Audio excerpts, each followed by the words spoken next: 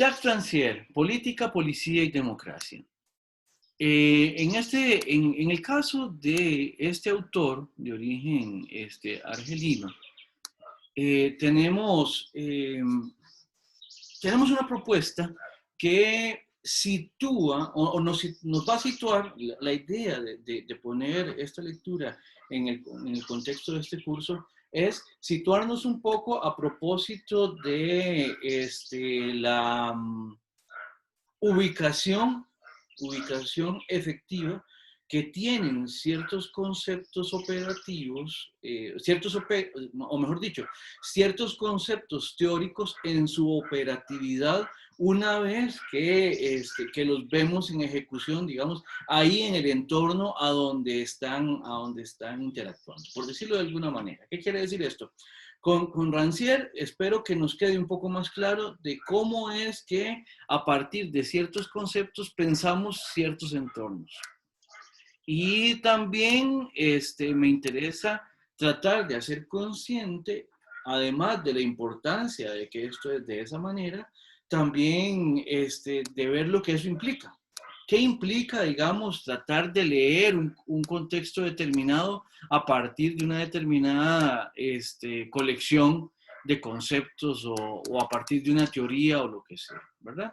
Entonces, en ese sentido, Rancière también es interesante, aun cuando eso no es una palabra demasiado analítica, por decirlo de alguna manera, es interesante también por el reto que representa desde el punto de vista técnico-filosófico, el darle seguimiento a los conceptos que él está planteando y al argumento que él está planteando a partir, digamos, de la experiencia de lectura que uno pueda ir haciendo poco a poco. Vamos a ver cómo desmenuzamos esto poco a poco. Bien, empezando, recordarán, ¿verdad?, que el curso es de ética social y que nos interesa muchísimo que eso de la discusión teórica en ética tiene también un raigambre eminentemente político, ¿verdad? Esto es fundamental. Es fundamental. En ese sentido, vamos a ver, ya uno incluso podría devolverse hasta Aristóteles, digamos, donde en Aristóteles los tratados de ética, por ejemplo, el de ética para Nicómaco o el de ética para Eudemo, ya para él, esos tratados donde él desarrolla temas de ética, él tenía muy claro de que en última instancia esos son tratados que tienen que ver con política. ¿Por qué? Porque ciertamente la discusión en ética y la discusión en política pueden diferenciarse por sus objetos y también de alguna manera por sus métodos, por sus propuestas, pero en última instancia, aquí, dado que en las pretensiones del curso lo que tenemos es un ofrecimiento de los temas a partir del análisis de las formas de hacer irremediablemente nos llevan al problema político, ¿verdad? Independientemente de que uno quiera hacer el análisis solamente en el ámbito ético, es imposible que eso no llegue en algún sentido a lo político. Entonces ahorita vamos a ver cómo es que eso se come, por decirlo de alguna manera, en Rancière.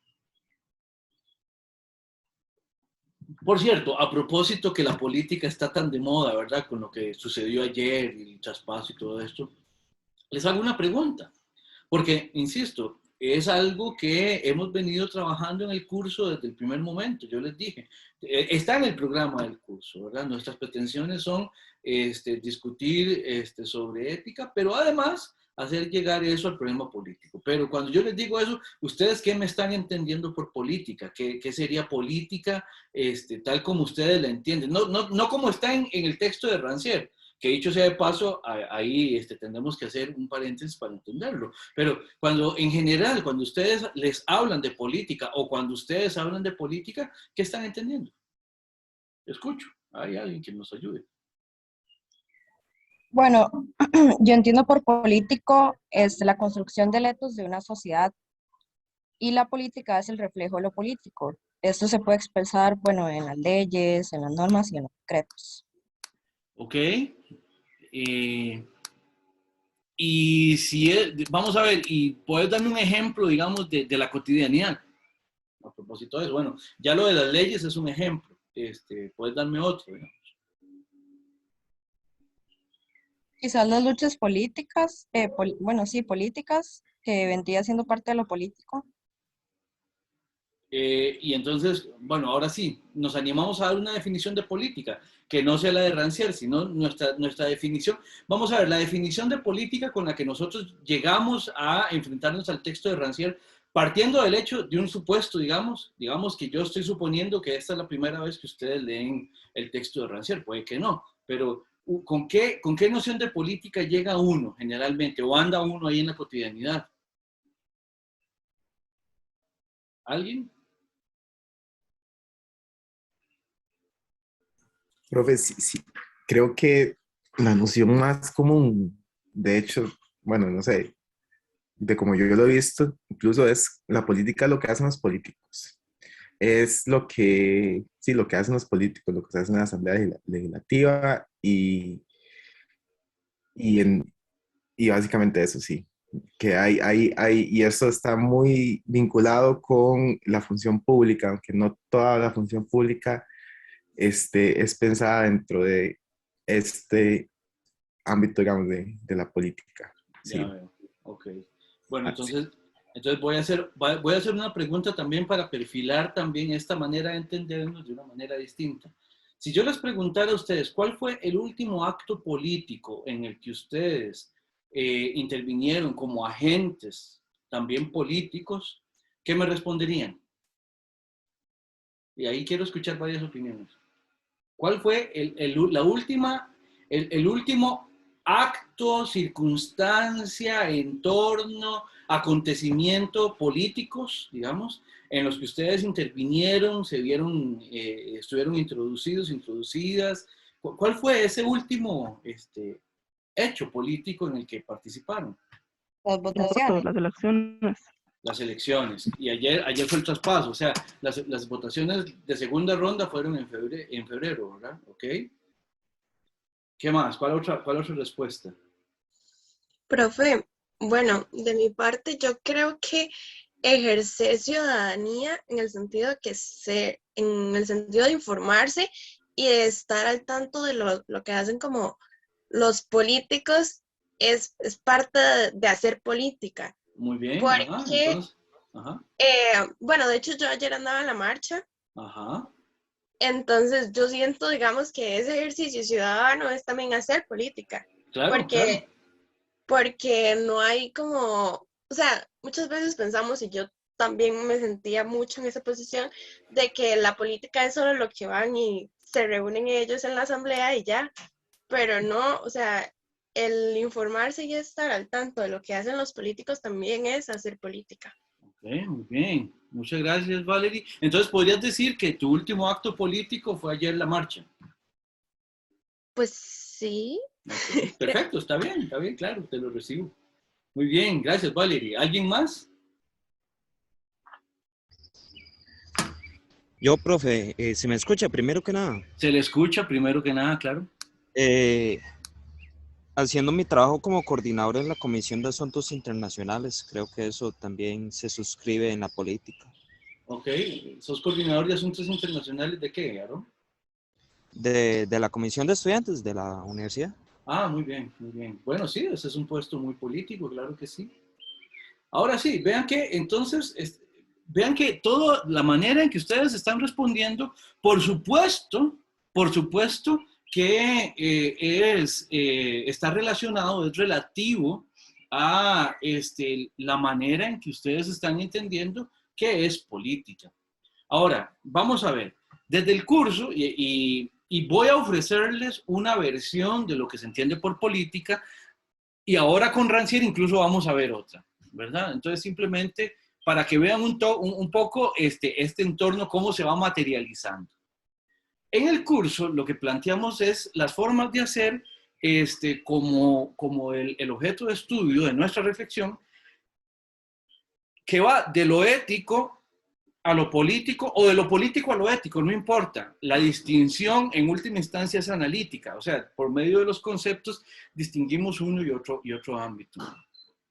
Yo les digo que un curso de ética tiene que tener reflexiones políticas porque desde mi manera de entender la política, que no es ni la oficial del curso, o sea, no es que si ustedes definen política de manera distinta, ya perdieron puntos en el curso, no, pero es una manera de entender política que les ofrezco y ustedes verán si se la llevan con ustedes, como les decía yo con la caja de herramientas.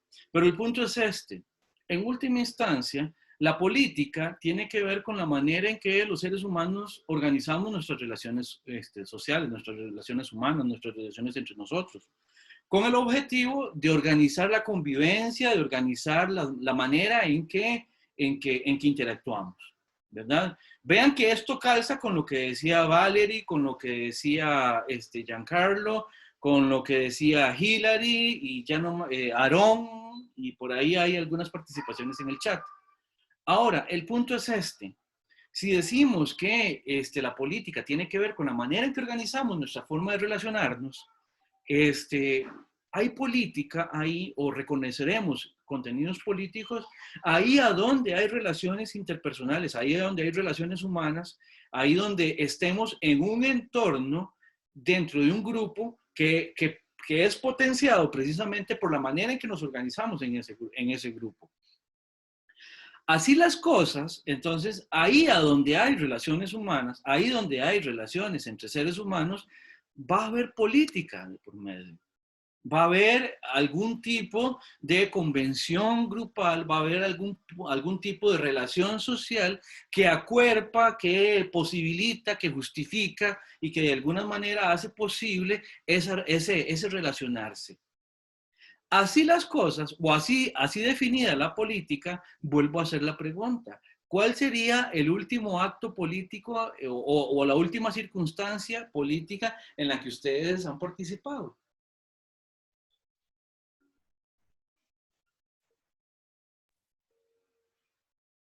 Sí, la clase puede contar.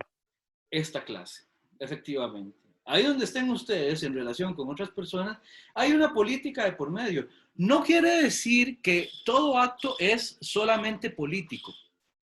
Yo le tengo mucho cariño, pero también le tengo mucho cuidado al dicho aquel de que todo es político, ¿verdad? Bueno, no, o sea, obviamente, ahí donde hay relaciones humanas hay una política que lo hace posible, ¿verdad? Pero vamos, o sea, cuando uno va en la mañana a comprar pan a donde el pulpero, uno va, a lo que va es a comprar pan, no está haciendo ningún tipo de manifestación política. Ahora, si nos ponemos a pensar, incluso el poder ir a comprar pan, relacionarse con ese señor que nos vende el pan, pagarle con un dinero que está legitimado por una convención social, ahí es donde empezamos a ver que en un acto tan sencillo como ir a comprar el pan en la mañana para tomar café, ahí ya hay un montón de política, desde el punto de vista práctico, ahí hay un montón de política puesta en ejecución, ¿lo ven? ¿Por qué? Porque uno paga con un dinero que está legitimado por una convención grupal que nos acuerpa. En este momento estamos en una sesión de clase y hay una convención social, hay un montón de acuerdos, hay un reglamento universitario, hay una institución universitaria, además de la institución universitaria como tal, hay la institución educativa, la educación como institución que nos está acuerpando en este momento en esta clase. Esta clase está atravesada por la política.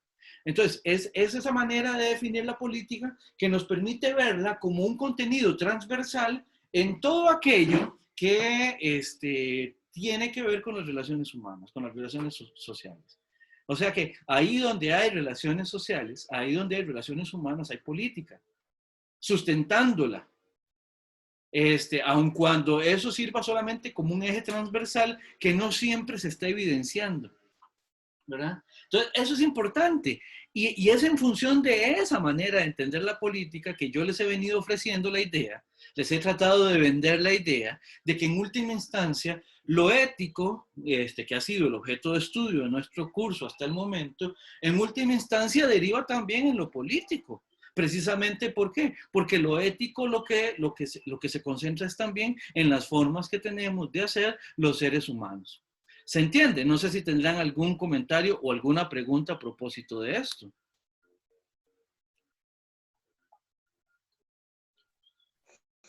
Eso Hola, hola, buenos días. Hola, hola, adelante. Buenos días, David y compañeros y compañeras. Alguien coincidió conmigo por ahí, no sé quién habló al mismo tiempo. Eh, digamos, yo, por ejemplo, quería solo compartir que yo, digamos, soy como también, o más bien yo soy como de esta idea, adhiero a esta idea de que lo personal es político. Claro. Y a veces hay cosas que son más políticas de lo que pensamos, David. Yo pienso en comprar el pan como un acto político en ciertas circunstancias. Si hacemos una apuesta, por ejemplo, por comprar un pan lo más local posible, es un acto completamente diferente que ir a Walmart a comprar el pan, ¿no? Claro. Entonces, digamos, eso también tiene como un análisis ahí interesante por hacer. Claro, ahí la distinción que yo hago, Alejandra, y estoy completamente de acuerdo, como le digo, a mí me encanta esto de que todo es político, pero me gusta, pero también lo trato con cuidado, porque vamos a ver, ciertamente, qué sé yo, comprar, o simplemente, por ejemplo, no comprar en Walmart, que es algo que, bueno, uno podría decir, bueno, en la medida de lo posible yo no voy a consumir en Walmart. En la medida de lo posible, qué sé yo no voy a recibir, no sé, qué sé yo, empaques plásticos. En la medida de lo posible, yo voy a tratar de, no sé, mi manera de consumir, mi manera de comprar, claro, por supuesto. Y eso condiciona el hecho de que uno vaya a una pulpería o no vaya a una pulpería, o vaya a un supermercado o no vaya a un supermercado, o camine para ir al supermercado o vaya en vehículo. Ahí hay un montón de contenidos, ¿verdad?, que uno puede explicar desde criterios políticos. Yo lo único que hago es que trato de transversalizar un poco más la discusión, porque no siempre uno, o mejor dicho, no en todo, no en toda actuación que uno está haciendo, no siempre está haciendo uno un acto o un planteamiento político propiamente hablando, digamos. Por ejemplo, ahora que Valerie nos decía, ayer yo fui a la marcha, ahí el contenido, digamos, simbólico de ir a la marcha, por supuesto que marca una intencionalidad muchísimo más clara que, por ejemplo, a veces uno lo que necesita es, qué sé yo, se me quedó el lapicero, paso a una pulpería y me compro un lapicero. Pasar a esa pulpería a comprar ese lapicero, por supuesto, que está atravesado por política, pero desde el punto de vista del acto como tal, el gesto del acto es menos políticamente propositivo que el acto de ir a una marcha.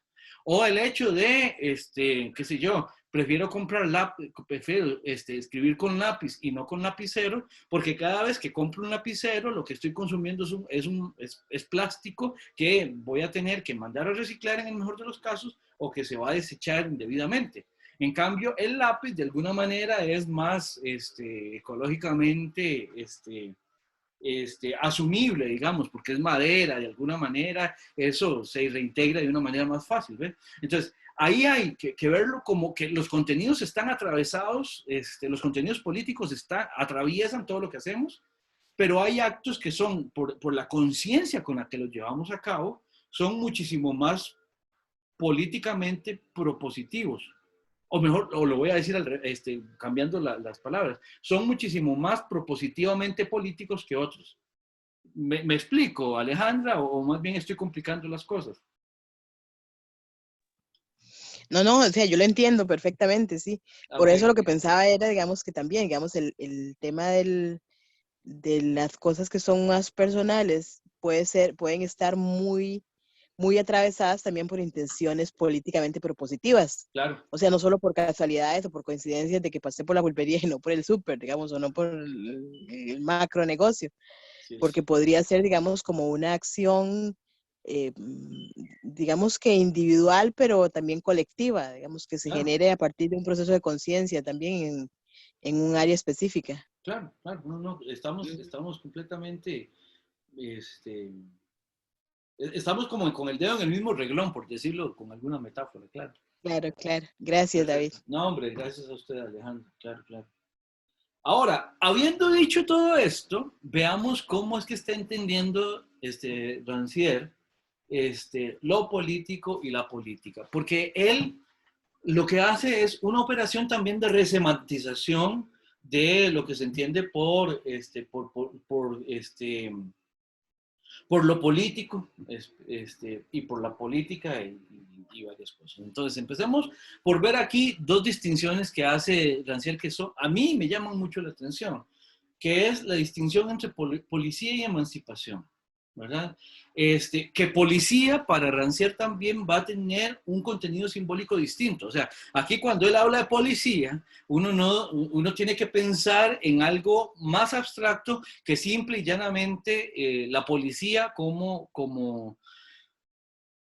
institución determinada, digamos, como por decirlo así, la fuerza pública en Costa Rica, ¿verdad?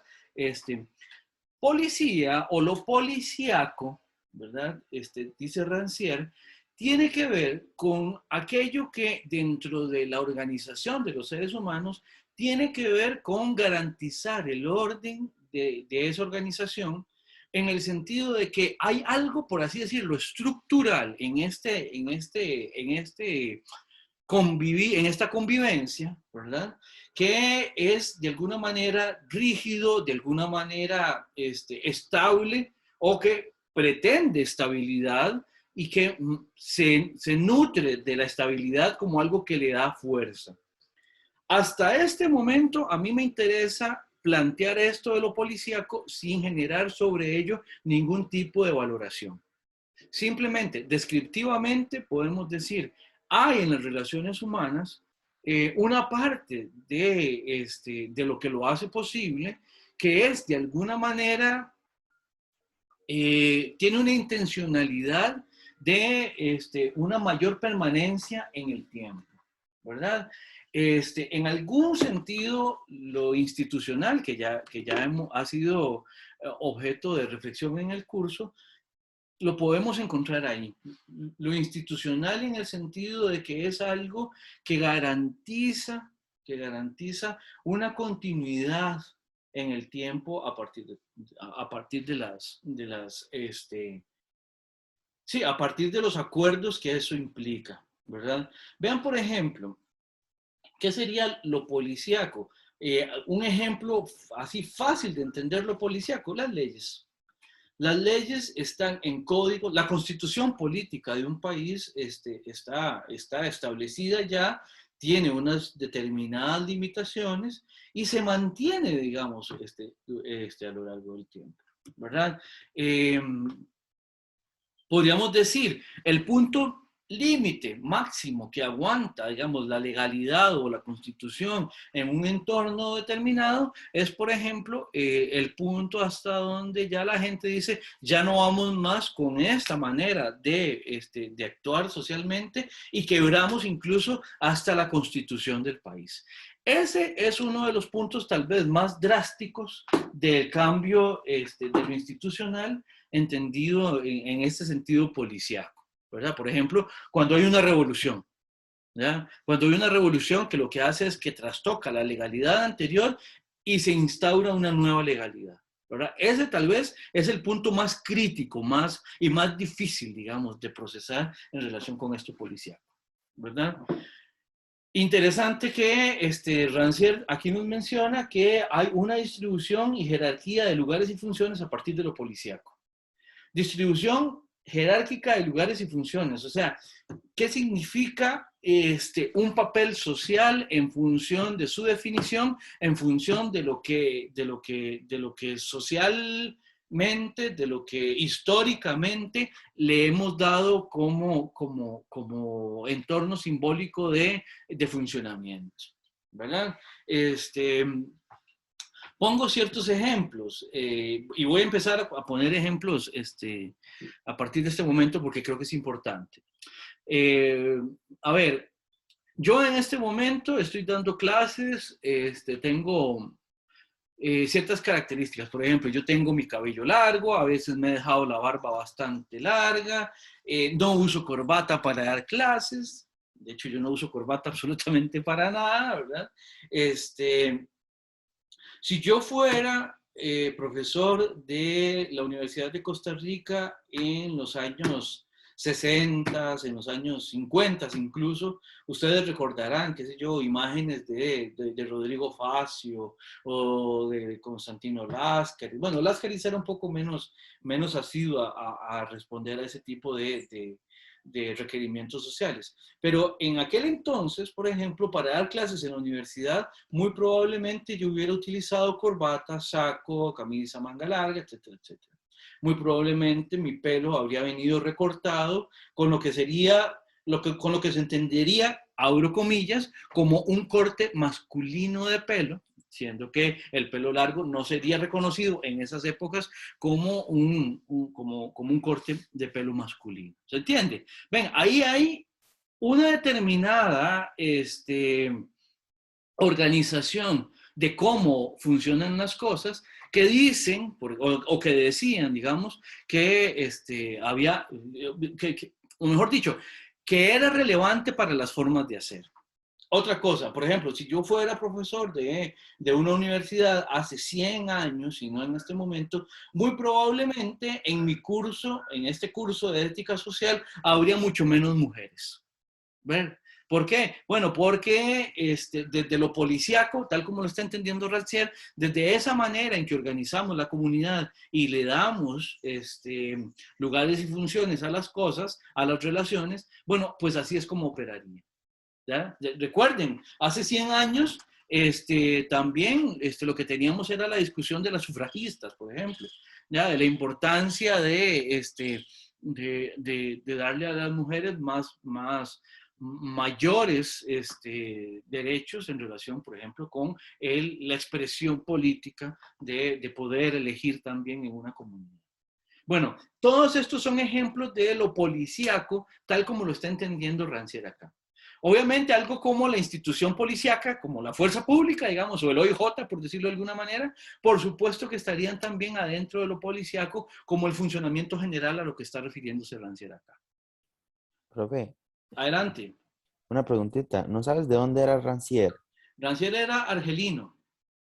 Es que bueno, está interesante porque, bueno, por ejemplo, en inglés, digamos, la palabra police, ¿verdad? Ajá. Ok, significa, ¿verdad? La policía, el cuerpo policíaco, pero policy, que se escribe casi igual, pero con una Y, significa políticas, digamos, Ajá. como políticas para cumplir. Entonces, sí, digamos, yo siento que en este caso a lo que él se refiere es a eso, a las distintas políticas, ya sea gubernamentales o sociales sí, en general. Ya, Digamos, a ya. eso siento lo que se refiere con policía. Ya, bueno, está interesante tu punto de vista. Ahora, el asunto es que policy, tal como lo estás hablando, tendría que ver con la política, propiamente hablando. Y habrá que ver qué es lo que entiende Rancière como política, que ahorita vamos a ver, policy y policies en ese sentido estaría más bien en el lado de la emancipación. Ahorita lo vamos a ver.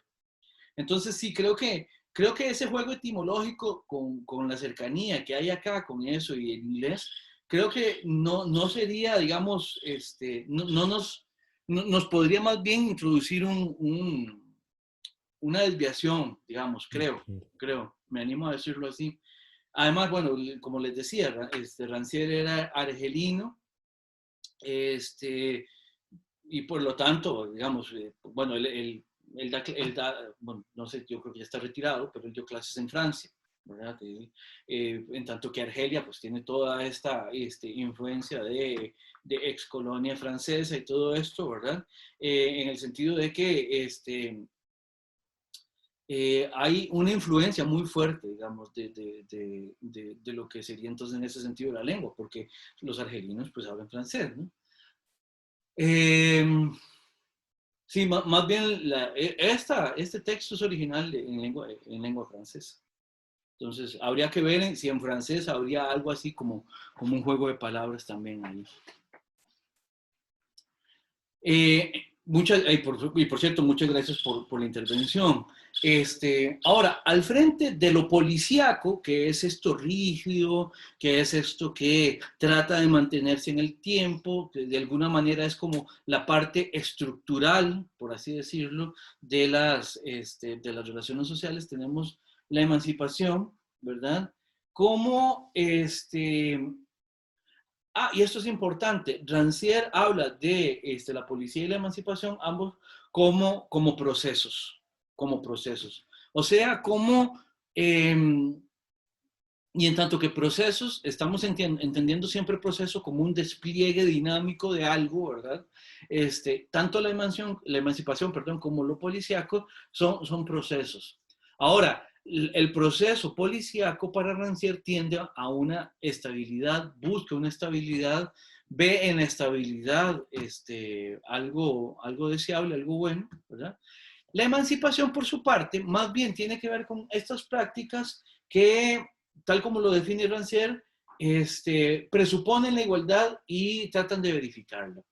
Pero en ese sentido, la emancipación, y vean que la palabra, cuando algo se emancipa, es porque sale de un entorno determinado hacia otro, ¿verdad? Por ejemplo, cuando se da la emancipación de la esclavitud, quiere decir que las personas que son esclavizadas dejan de ser esclavizadas, ¿verdad? Se emancipa quien de alguna manera se libera, la emancipación también es un proceso de liberación, de ciertas restricciones previas, ¿verdad? En este sentido, para Rancière, la emancipación es muchísimo más dinámica que lo policíaco, ¿ya? Si se quiere, en la emancipación tenemos muchísimo más presente todos los procesos de actuación en un entorno social determinado, que responden de alguna manera a lo que Rancière está entendiendo como policíaco, ¿verdad? Pero que está constantemente, dinámicamente, llevando lo policíaco a un límite al punto que lo hace necesariamente tener que adaptarse.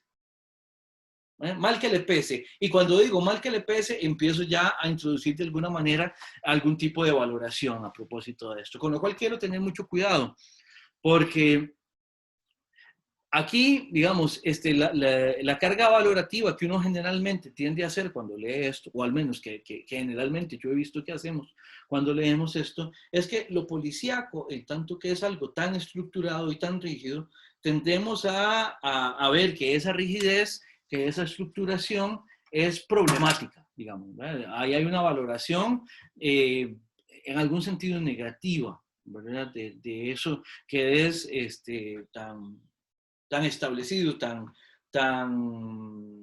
monolítico, ¿verdad?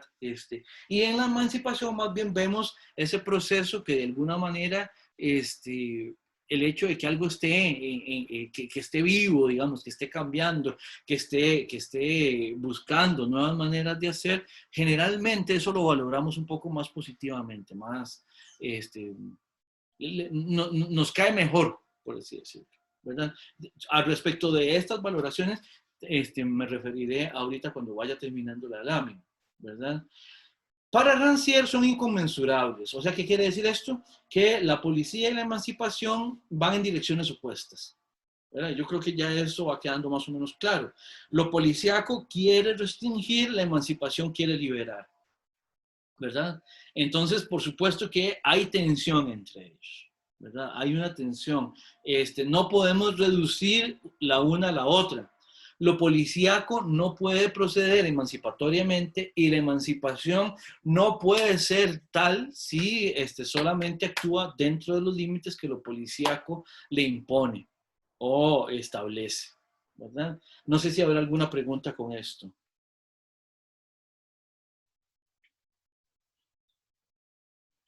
Hay otra afirmación que dice Rancière, que es que lo policíaco daña la igualdad.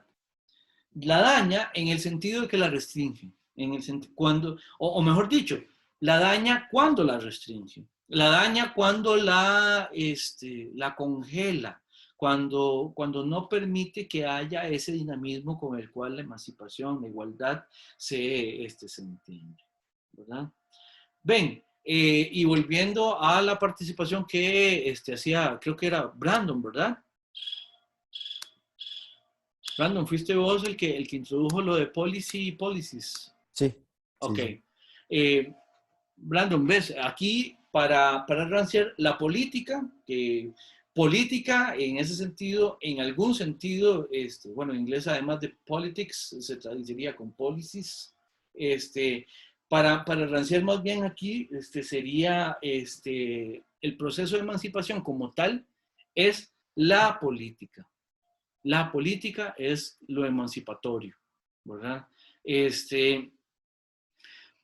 Tiene que ver en algún sentido con lo que vamos a ver acá, con estos términos griegos que ahorita vamos a explicitar que están por acá. Y lo político, ven, aquí hay una diferencia de lo político, ahí el decirlo con el artículo neutro lo que hace es que lo convierte en algo completamente más abstracto, ¿verdad? Algo muchísimo más grande que subsume todo lo demás. Lo político es ese campo, digamos, en el que se encuentran ambos procesos, la política y la policía, ¿verdad? Ahora, vamos a ver qué quiere decir Rancière con estas partículas griegas y con estas palabras griegas que él agrega por ahí. Varias afirmaciones que tenemos que explicar. Por ejemplo, la política no tiene arjé. Bueno, quienes nos dedicamos a filosofía, cuando pasamos por los presocráticos, sabemos que la palabra arjé, además de que tiene una gran tradición, tiene una gran importancia. Arjé, en griego, es la palabra con la que se refiere uno a un principio, en tanto que principio explicativo de las cosas, ya sea material o procesalmente. ¿Qué quiere decir esto? Bueno, el arjé es aquello de lo cual las cosas están hechas o aquello a lo cual las cosas en última instancia remiten explicativamente o remitimos explicativamente a ese elemento para poder generar una teoría, un modelo explicativo de las cosas que estamos intentando explicar.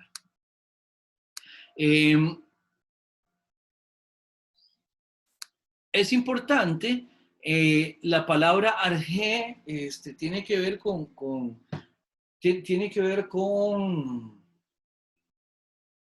las cosas que de alguna manera fundamentan estructuralmente. De arjé como palabra viene nuestra palabra arquitectura, por ejemplo, ¿verdad? Vienen otras como arquidiócesis o cosas así por el estilo. Ahí está la palabra arjé, como fundamento, como principio, como basamento, ¿verdad?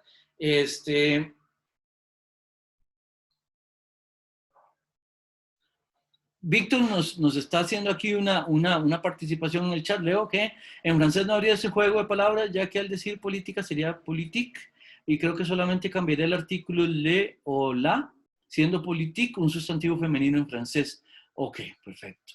De hecho, ese juego de palabras en español es significativo cuando cambiamos de lo a la, ¿verdad?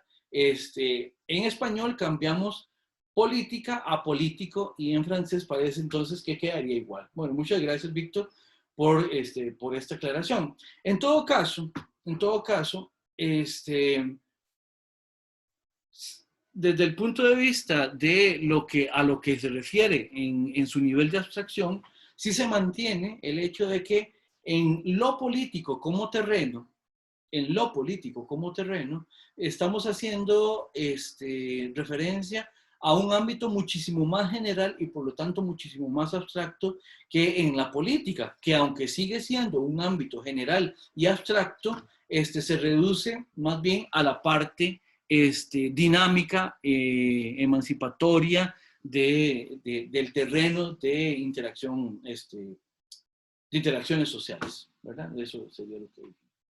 Bien, volviendo a la cuestión del arjé. El arjé como principio es siempre un fundamento, y un fundamento tiene que ser sólido, ¿verdad? Como aquí siempre, generalmente cuando remitimos a explicar por medio del arjé, generalmente remitimos a metáforas de lo constructivo, El fundamento acá remite a los fundamentos en una construcción. ¿Qué son los fundamentos? Los cimientos, ¿verdad? Esas placas de cemento, de concreto, que están a la base de una construcción sobre la cual se levanta el resto de la construcción, con lo cual nos garantizamos que, siendo los fundamentos fuertes y firmes suficientemente, el resto de la construcción también lo va a hacer. O mejor dicho, el resto de la construcción va a estar bien sustentada precisamente porque los fundamentos son firmes. Los fundamentos en ese sentido, los cimientos en ese sentido, tratan de ser lo más sólidos posible. Y por lo tanto, vean que aquí la metáfora sigue siendo bastante explicativa. La idea de un fundamento es que se mueva poco, ¿verdad? Por eso, dice Rancière, la política no tiene arjé. No tiene en ese sentido un principio que sea completamente rígido, en tanto que proceso dinámico que lo que busca es la igualdad, la emancipación. No sé si hay alguna pregunta con esta noción de arjé y de fundamento, de principio.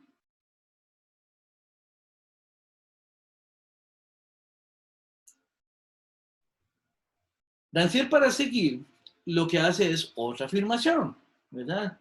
Y aquí empieza a jugar también con la palabra democracia, ¿verdad? Ustedes recordarán, desde que uno está en el colegio, le enseñan que la palabra democracia se compone de estos dos elementos que están acá, ¿verdad? Que son demos y kratos, ¿verdad? Demos, que significa pueblo, y kratos, que significa poder, ¿verdad? Por eso es que la democracia siempre es traducida como el gobierno que se dan los pueblos a sí mismos o cosas por el estilo. En ese sentido, vean que para Rancière, tal como él lo dice, el pueblo, el demos, no tiene argein. Y vean que aquí se traduce argein como medida, como una medida determinada o específica, ¿verdad? Sino que más bien tiene un acto, un actuar, un kratein. Kratein, propiamente hablando, se relaciona con tener poder, con tener una determinada potencia para actuar, ¿verdad? Entonces, por eso es que Rancière lo liga el kratein con un actuar. Por eso es que para él, obviamente, el proceso de emancipación es a donde encontramos el kratein. Por supuesto, el arjé, entonces también en contraposición, lo vamos a encontrar acá, en lo policíaco. Kratein es esa capacidad de actuar, esa capacidad de hacer, por eso lo encontramos aquí en la parte más emancipatoria. ¿Ya? Y así es como, de alguna manera, entonces, estamos ante una nueva resemantización de la política y de lo político. No sé si tendrán algún comentario, alguna pregunta en relación con esto. Sí, adelante. Entonces, digamos, de rasgos generales, la policía, se basaría en fundamentos, mientras que la emancipación, se basaría en, digamos, en el poder para actuar, el poder de libertad en este caso. Es correcto, es correcto. Ahora, eso es así de manera explicativamente muy general, ¿verdad? Y analíticamente asumido.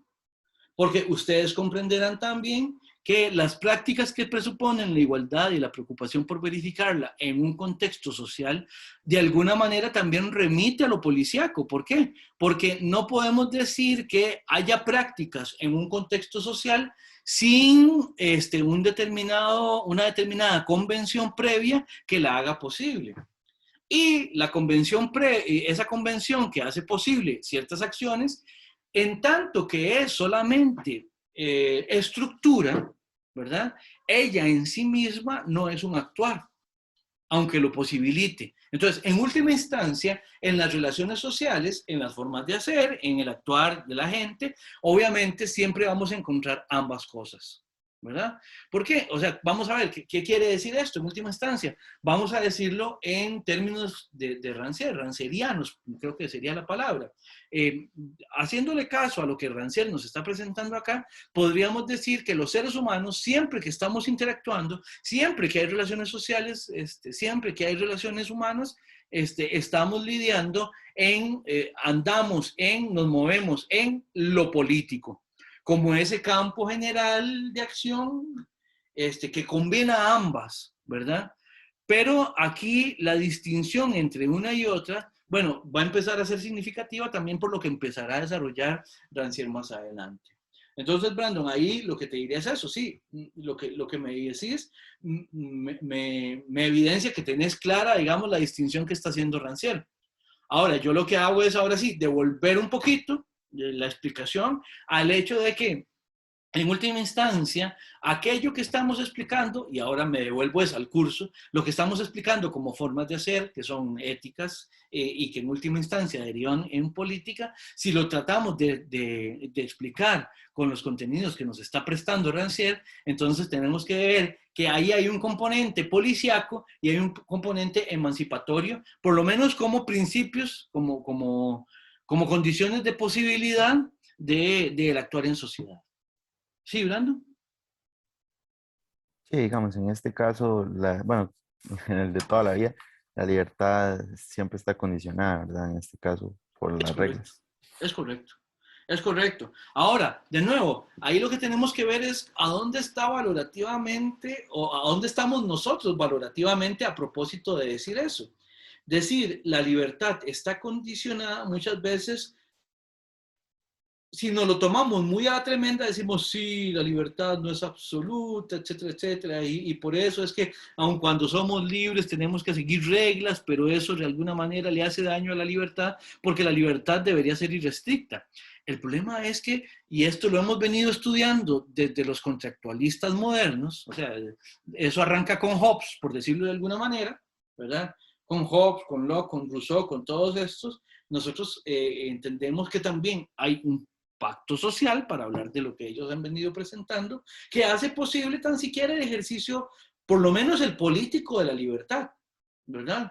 Que tiene que ver con lo que se puede hacer en un entorno determinado.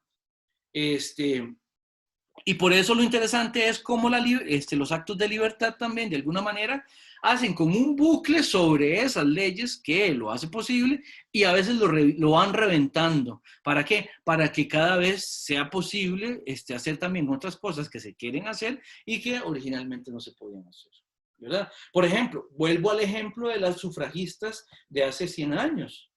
Las sufragistas lo que estaban era ellas empezaron a hacer un ejercicio, empezaron a manifestarse, ¿para qué? Para que sus libertades incluyeran también otras acciones posibles, como por ejemplo el hecho de votar. Ya, aquí, por ejemplo, en Costa Rica, no fue sino hasta la administración pasada que personas del mismo sexo se pudieron casar y pudieron ser reconocidos como familia, ¿verdad? ¿Por qué? Porque antes no se podía.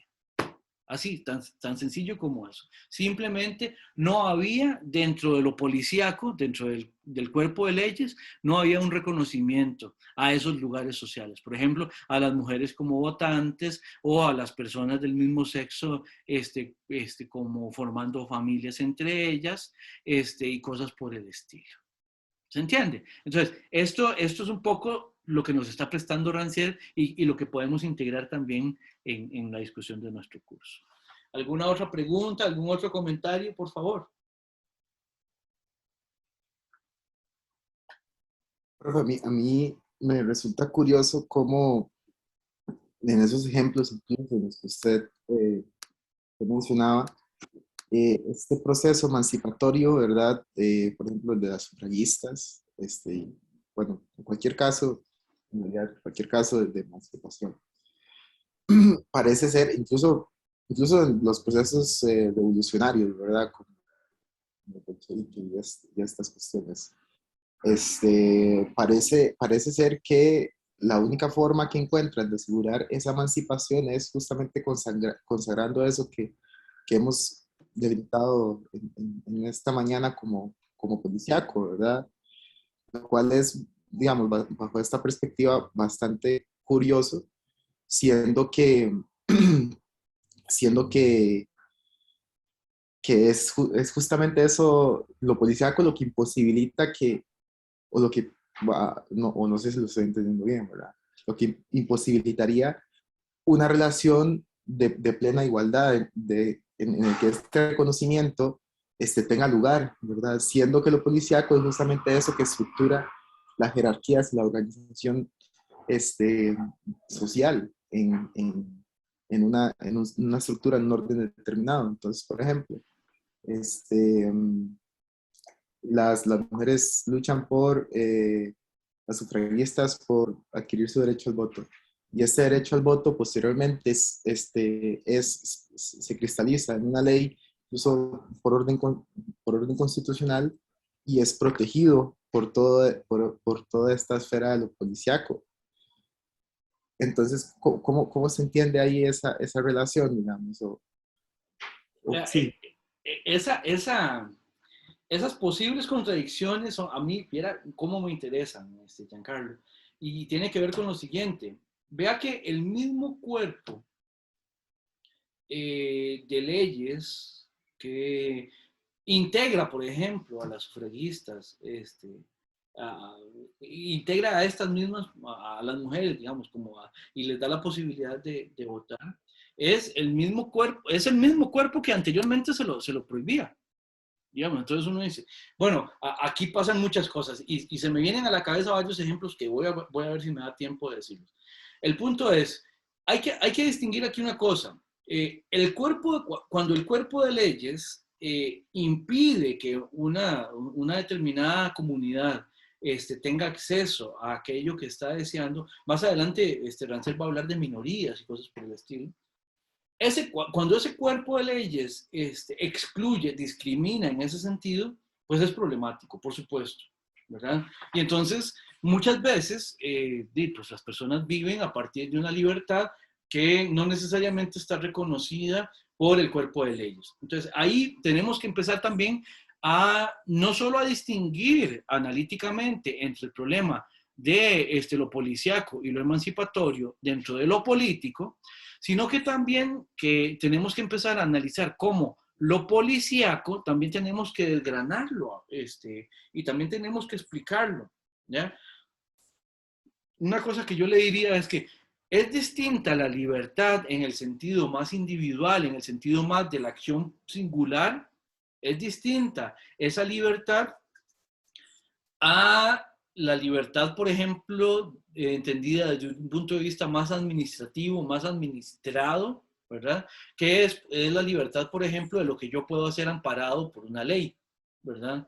Por ejemplo, para poner de nuevo el ejemplo de las personas que son familia siendo del mismo sexo, digamos, teniendo una relación con una persona de su mismo sexo. Desde cierta discusión uno podría decir, bueno, estas personas son libres de vivir juntas y de quererse todo lo que ellos quieran, ¿verdad? Y esa libertad no está reconocida en un cuerpo legal, pero en algún sentido podríamos decir, para que ellos puedan vivir y quererse de esa manera, no necesitan el reconocimiento de la ley. Y eso es un problema y es una discusión posible.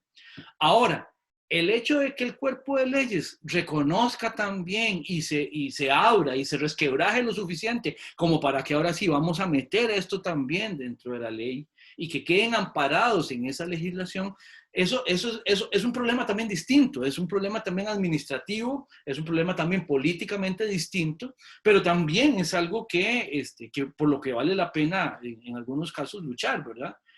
En el caso, por ejemplo, de las sufragistas, el problema es distinto, ¿verdad? Porque las sufragistas no pueden simplemente, desde su libertad, decir, bueno, a mí no me permiten votar, pero igual yo voy y voto. Es que no pueden, porque administrativamente están excluidas de participar de ese tipo de procesos.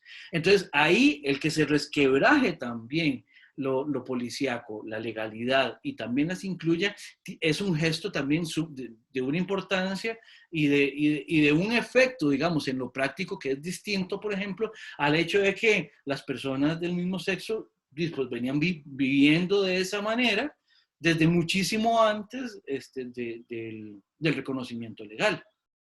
Pero en algunos casos eso no es posible, como le decía, en el caso de la exclusión por medio de la ley del derecho al voto, ¿ya? O, por ejemplo, esta discusión a propósito de que ninguna persona es ilegal, dicen, decía por ahí algunas afirmaciones a propósito de la migración, ¿verdad? Ahí el problema es que de lo policíaco sí tenemos un problema de exclusión que administrativamente no se resuelve tan fácilmente como simplemente decir, bueno, no, es que yo soy libre y simplemente me meto a otro país porque yo soy libre. El problema es que hay mecanismos legítimos, o sea, dentro de la ley, que adversan ese tipo de libertad individual, por decirlo de alguna manera. Entonces, habría que analizar cada lugar de esto policíaco, ver qué es lo que significa, o sea, analizarlo valorativamente, ver simbólicamente qué significa y qué implicaciones tiene en lo práctico, ¿verdad? Porque una de las discusiones que había a propósito del matrimonio igualitario, independientemente de lo administrativo, obviamente de esto, de poder tener propiedades juntos, de poder heredar, de poder asegurar a una pareja en esas condiciones, que esas son discusiones que se tenían. Había otra discusión también importante a propósito de si de verdad las parejas del mismo sexo necesitaban una institución que reconocieran su relación. Y ahí ya estamos hablando de otro problema simbólica y afectivamente distinto. Para que reconozcan una relación es completamente otro problema el de si hay un lugar legal en el cual ellos puedan ser reconocidos, ¿verdad? Y entonces ahí vean que incluso libertad significa una cosa muy diferente en el propiamente ejercicio, en el kratein, diría Rancière, en el ejercicio de esa acción, y otra cosa significa también en el reconocimiento, sin que porque sea importante en el actuar, eso no quiere decir que en el reconocimiento legal no sea importante. No sé si con esto me expliqué un poquito más, Giancarlo, o más bien generé más problemas. No, totalmente, pero en realidad sí, o sea, concuerdo con lo que dice y de hecho cuando accedí al texto, la primera impresión que me generó fue, qué vacilón, de repente y esto del gobierno, de verdad, y esto que categorizamos como policía, pues no es tan malo como muchas veces lo suelo ver, lo suelo plantear como ese marco institucional, delimitador, y condicionante de posibilidades y también excluyente, ¿verdad?, de muchos estratos, grupos sociales. Muchas veces incluso parece ser como intrínsecamente injusto. Hay una carga fuertemente valorativa, ¿verdad? Claro.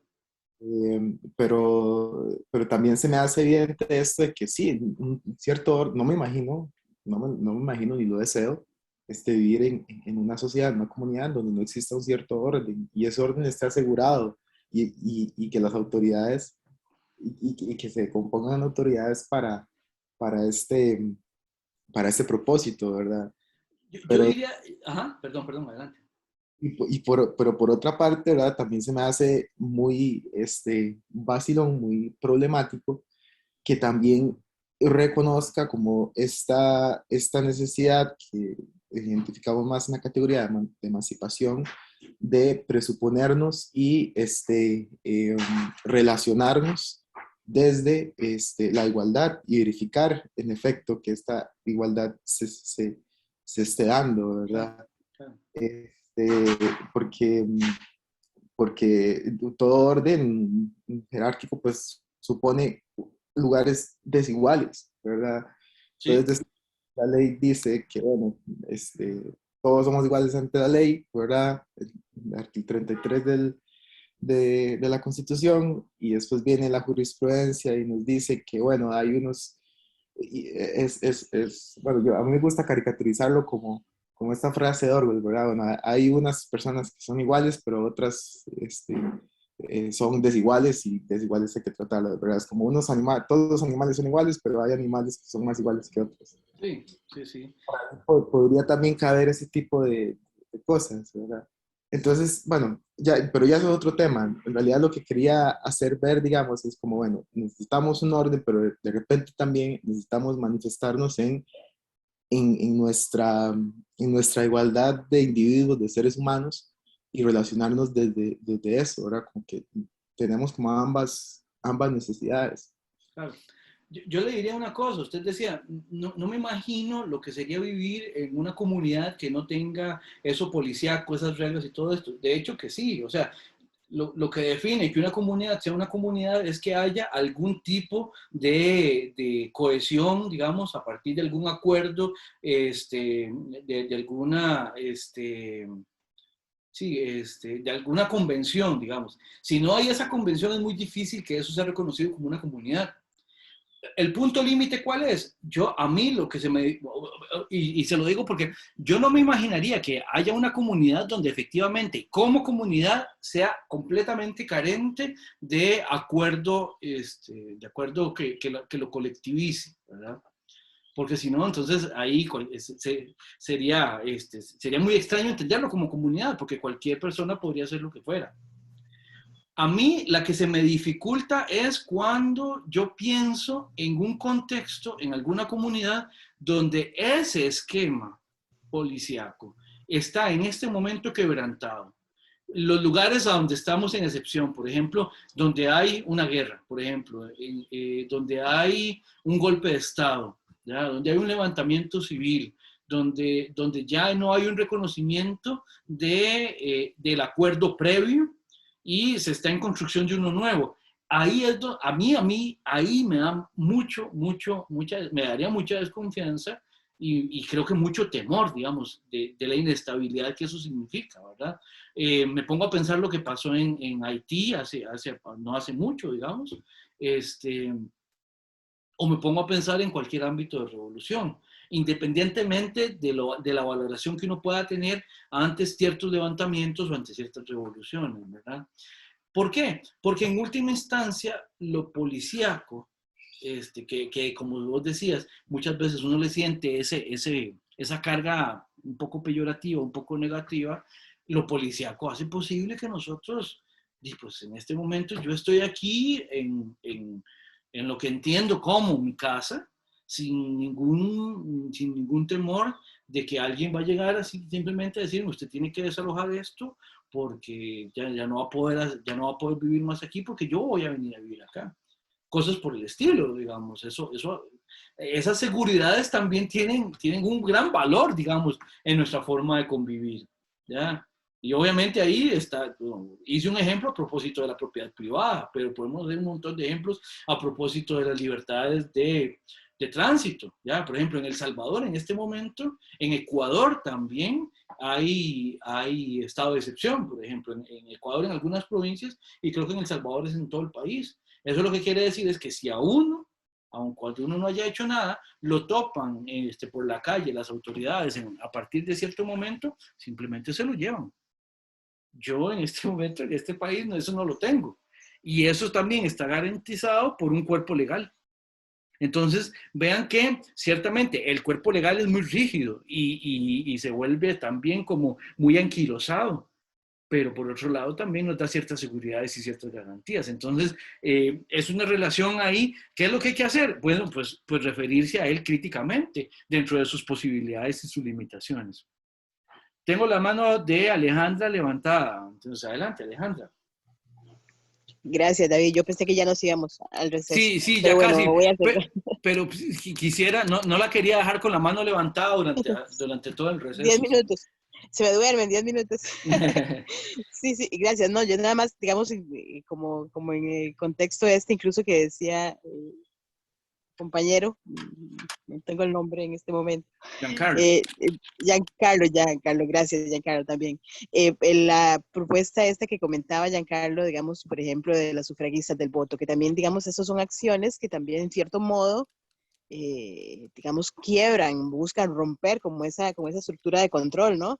Porque mientras Giancarlo hablaba de eso, yo pensaba en, por ejemplo, las luchas por la eutanasia, digamos, pensé en casos específicos, los más recientes, de una mujer peruana que logró, por ejemplo, la aprobación de su acción legalmente, digamos, una mujer Ujú.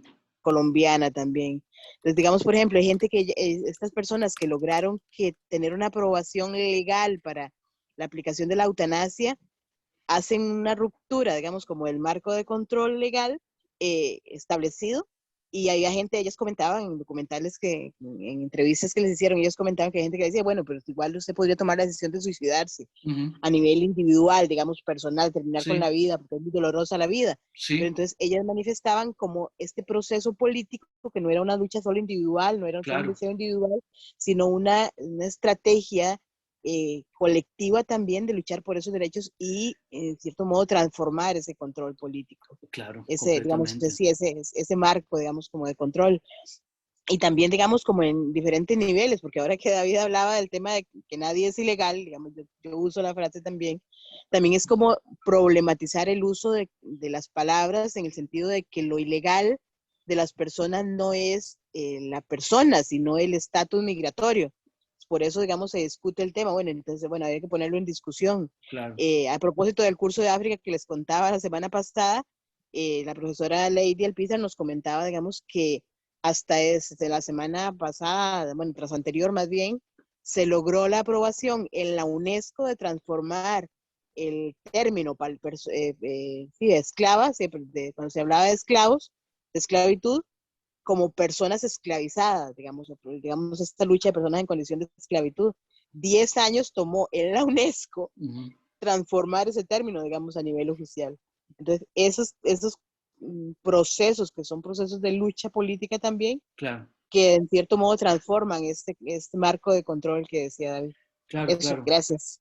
No, no, perfecto, ¿no? Y ahí, el estar, es que el punto también, Alejandra, es que estar acuerpado o acuerpada por un cuerpo legal, de alguna manera me sitúa a mí en un lugar social distinto, de referencia simbólica distinta. Claro, O sea, ni qué decir los estigmas sociales, que aunque se mantienen, ¿verdad? A pesar de que la ley cambia, que la ley cambie también abre la puerta para que eso también, esa tensión vaya bajando. O sea, tiene que ver con un montón de procesos, no solamente la ley, sino lo que está alrededor de las discusiones que están alrededor del cambio de la ley y lo que la ley significa, por supuesto. Es muy complejo, pero es interesantísimo. O sea, a mí estos temas me vuelven loco. Brandon, y con Brandon, ya ahora sí, nos vamos al receso. A ver, Brandon. Profe, bueno, y se me hace muy curioso, digamos, porque, bueno, con lo mismo que comentaba el compañero, prácticamente sin reglas y poco esquematizada, pero digamos, sí, las sociedades, sí que históricamente, bueno, no sociedades, pero bueno, han habido ciertas villas alrededor del mundo y ciertos pueblos que han intentado utilizar, digamos, una posición política anárquica. Todas han fallado miserablemente. Entonces, sí, prácticamente, digamos, sin reglas, sin la policía en general, no se podría formar una comunidad, una sociedad. Sí, ahí hay que quebrar un asta por... Vamos a ver, a mí Hobbes me da miedo, como teórico me da miedo, en el sentido de que, bueno, por lo que dice y por la manera en que él se refiere al ejercicio del poder dentro de la comunidad y la defensa que tiene, digamos, incluso en respecto de la pena capital y cosas por el estilo. Pero yo creo que tiene razón en algunos otros sentidos, en tanto que si no hay reglas, si no hay convención, algún tipo de reglas convencionales tiene que haber, si no es imposible que se genere algún nivel de armonía o algún nivel de seguridad. Y este tema es interesantísimo. Y a esto vamos a volver cuando leamos Desobediencia Civil de Henry David Thoreau. Van a ver. Y con Thoreau a mí, pues, Si me han visto efusivo, cuando lleguemos a Toró, me van a perder. Pero bueno, no importa. Hagamos una pausa. Tengo que son las 10:13 casi, entonces volvemos a las 10:23. Bien, ahora veamos esto. De alguna manera, lo que sigue ya lo hemos comentado, ¿verdad? Obviamente la tensión entre lo policíaco y lo emancipatorio, entre lo policíaco y la igualdad, tiene que ver con que lo policíaco o bien es reflejo o bien se refleja, lo podemos ver de cualquiera de las dos maneras, en lo que es más extendidamente recibido o generado. Por eso es que hablamos de una cultura dominante. Muy probablemente lo policíaco lo podamos ver como muchísimo más cercano a lo culturalmente dominante, ¿verdad? Obviamente, aquí se establece una asimetría. Giancarlo mencionaba en algún momento que ahí donde hay jerarquía necesariamente hay lugares diferenciados políticamente. Y eso lo vamos a entender como una asimetría política. O sea, realmente en el ejercicio de las formas de hacer, realmente nosotros nos relacionamos siendo agentes no del todo iguales, ¿verdad?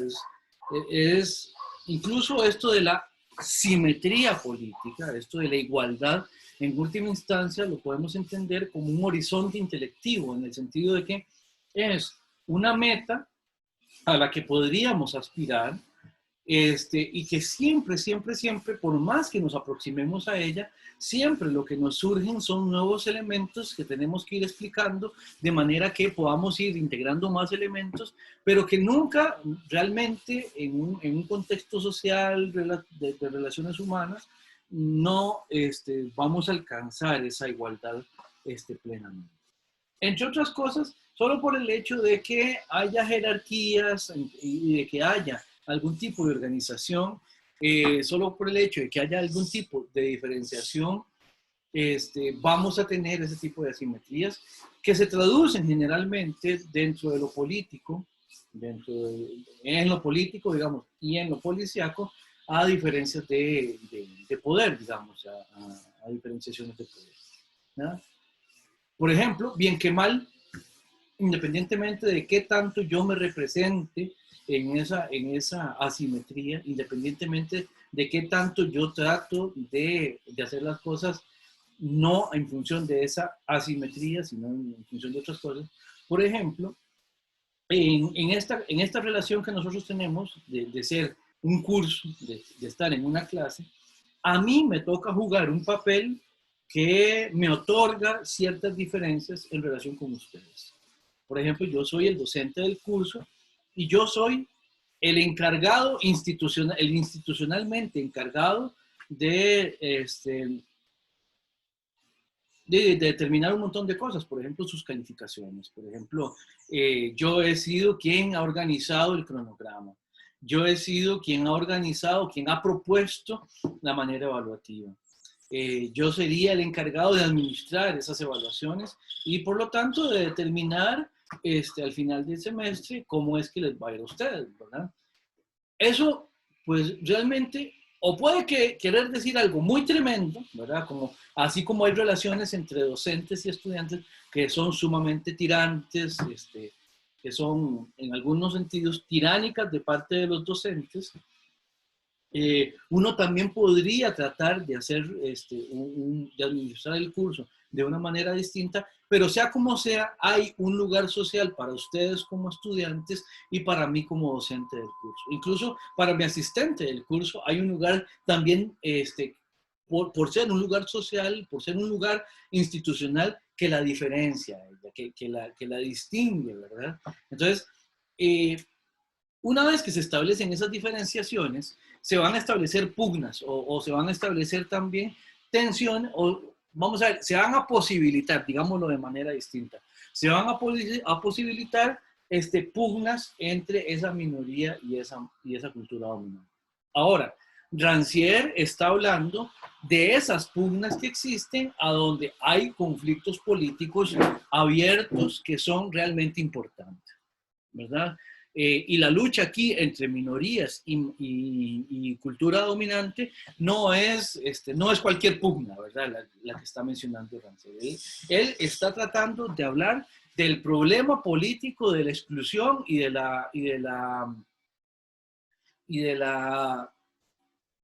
algún sentido de la discriminación, ¿verdad? Entonces, aquí estamos hablando también de eso, ¿verdad?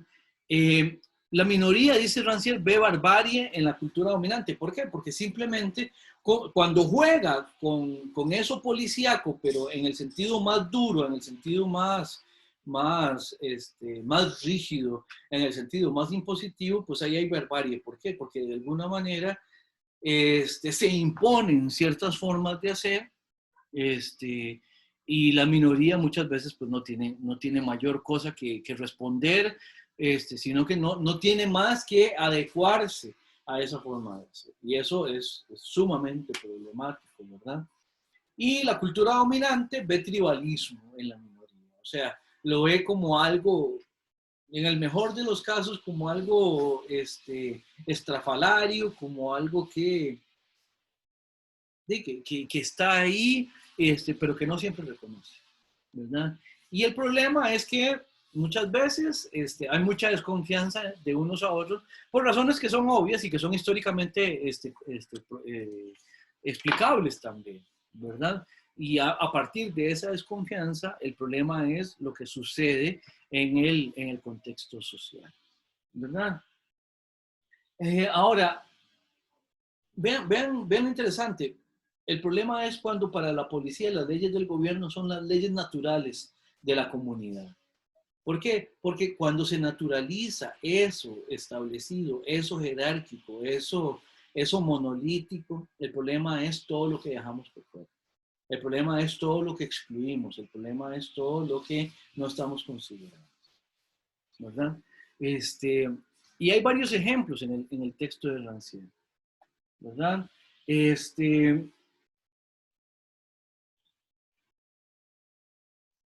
Y hay muchos ejemplos que podríamos hacer también. Hemos hecho algunos acá. Ahora, el punto es, la liberación se genera cuando las barreras de la distinción no necesariamente se traducen en un problema de discriminación, ¿verdad? Vamos a ver. Vean que también el proceso que entiende Rancière como lo policíaco es en algún sentido lo que nos permite reconocernos como iguales una vez que llevamos a cabo ciertas acciones. Por ejemplo, aquello de que somos iguales ante la ley es importante para las libertades políticas. Podemos criticar, por supuesto, qué tan efectivamente eso se verifica en la práctica. Pero como punto de partida no podemos negar su importancia. Ahora, el punto es este. Aquí tenemos de nuevo un contenido que podemos explicar a partir de algo que veíamos con la distinción entre sujeto e individuo. No las nociones propiamente hablando de sujeto e individuo, sino las pretensiones que hay, por un lado, de generar una explicación universalista que explique a todos los agentes, independientemente de sus peculiaridades, y la explicación más bien singularista, que trata de ver las diferencias como algo que tiene que ser respetado, como algo que tiene que ser rescatado, independientemente de lo que queramos hacer con las reglas universales, con las reglas generales, ¿verdad? En ese sentido, entonces, habría que ver cómo esa tensión se traduce aquí en esa jerarquía al frente de versus, ¿verdad? La efectiva diferencia en las formas de ser, ¿verdad? Ahora, Rancière hace aquí una pregunta importantísima. A mí, les confieso que las primeras veces que leí el texto yo lo pasé por alto, ¿ya? Que es la pregunta que tengo ahí abajo en la lámina, la pregunta que en última instancia tiene que ver con ¿qué resulta de esto? ¿Qué se sigue de este problema? ¿Verdad? Y es de alguna manera una invitación desde la propuesta de Rancière a tratar de visualizar cuáles son las consecuencias en última instancia, cuáles son las derivaciones desde el punto de vista del actuar a las que nos lleva precisamente la forma de relacionarnos y la forma de tratar de generar un contenido simbólico, ya sea dentro de lo ya legitimado o dentro de dentro de lo que nosotros queremos hacer y que está fuera de eso que ha sido anteriormente legitimado.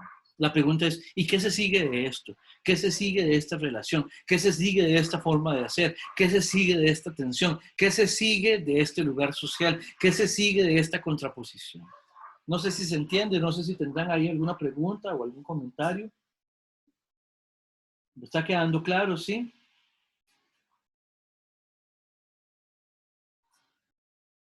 Vean que aquí, en algún momento, desde Rancière, podemos decir que se emancipa quien es diferente, ¿verdad? O sea, a quien es posible ser tratado como un diferente, definido como un diferente, y quien puede ocupar un lugar diferente sin que esa diferencia implique que lo saquemos de la posibilidad de la relación, porque ahí sí estamos ante otro problema, ¿verdad? El problema es cuando la otredad es tan otredad que ni siquiera la podemos reconocer.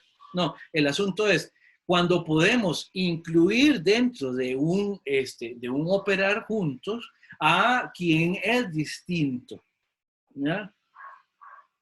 A mí, yo voy a hacer aquí una confesión, una reflexión, digamos, con la cual ustedes pueden o no estar de acuerdo, pero, por ejemplo, a mí me causa algún problema el discurso de la tolerancia.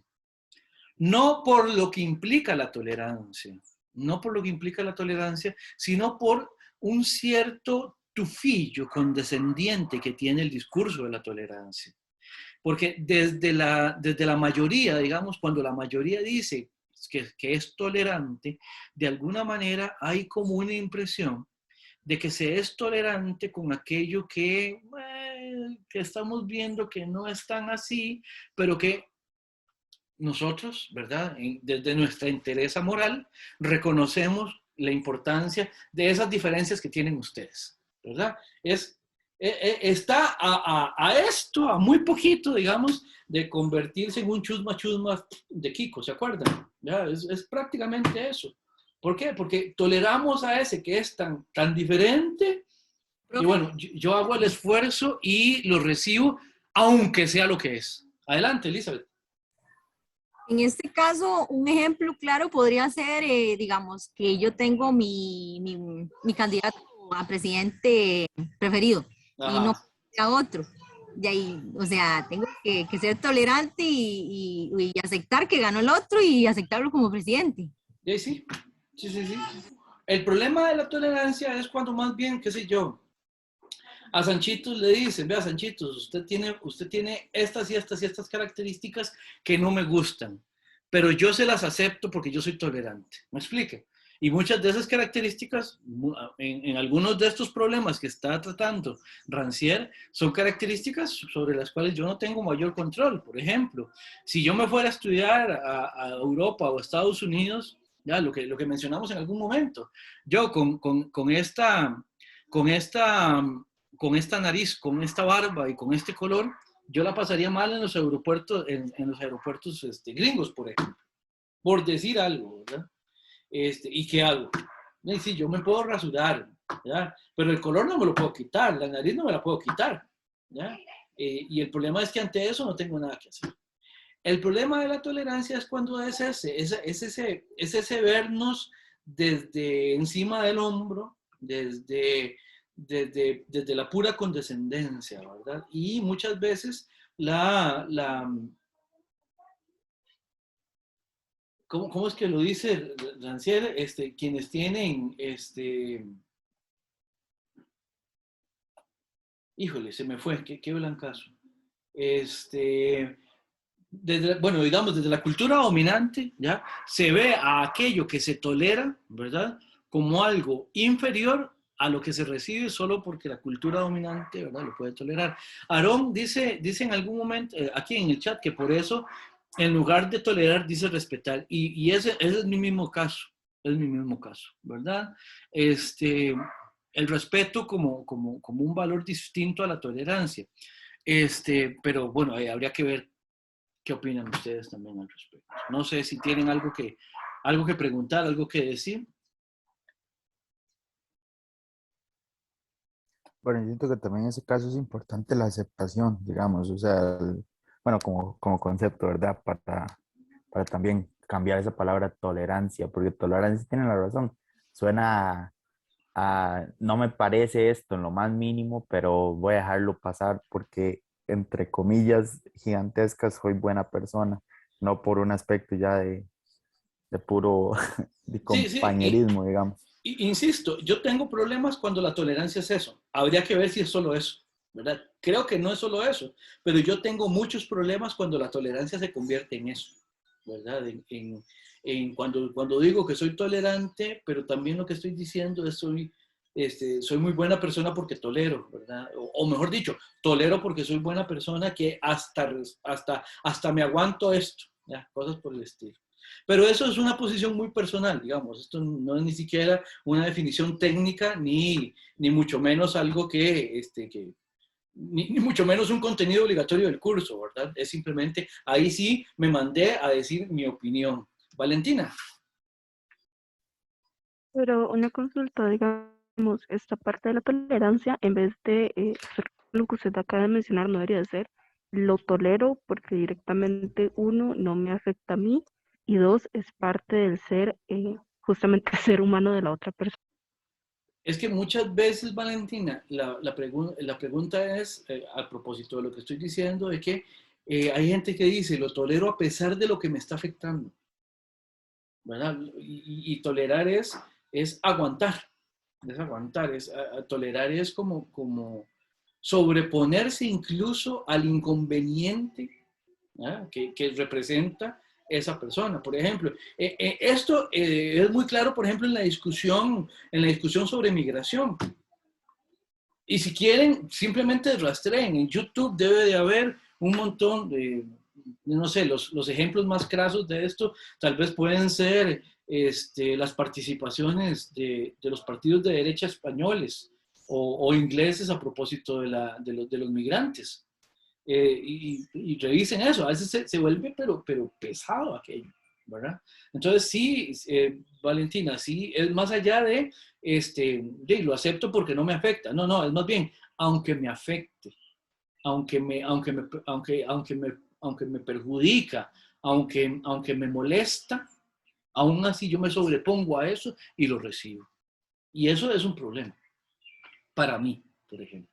No sé si, porque si fuera así, simplemente lo acepto porque no me importa, digamos, porque no me afecta, ¿verdad? Pero muchas veces ese no me importa no está ahí en ese discurso, sino más bien que a veces ese es el acento, más bien. No sé, Valentina.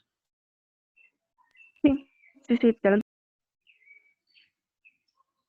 Bien, ¿alguna otra cosa? Si no, podríamos ir cerrando aquí la clase de hoy. Yo sé que teníamos que terminar Rancière, pero bueno, pues lo terminamos en la próxima clase, no pasa nada.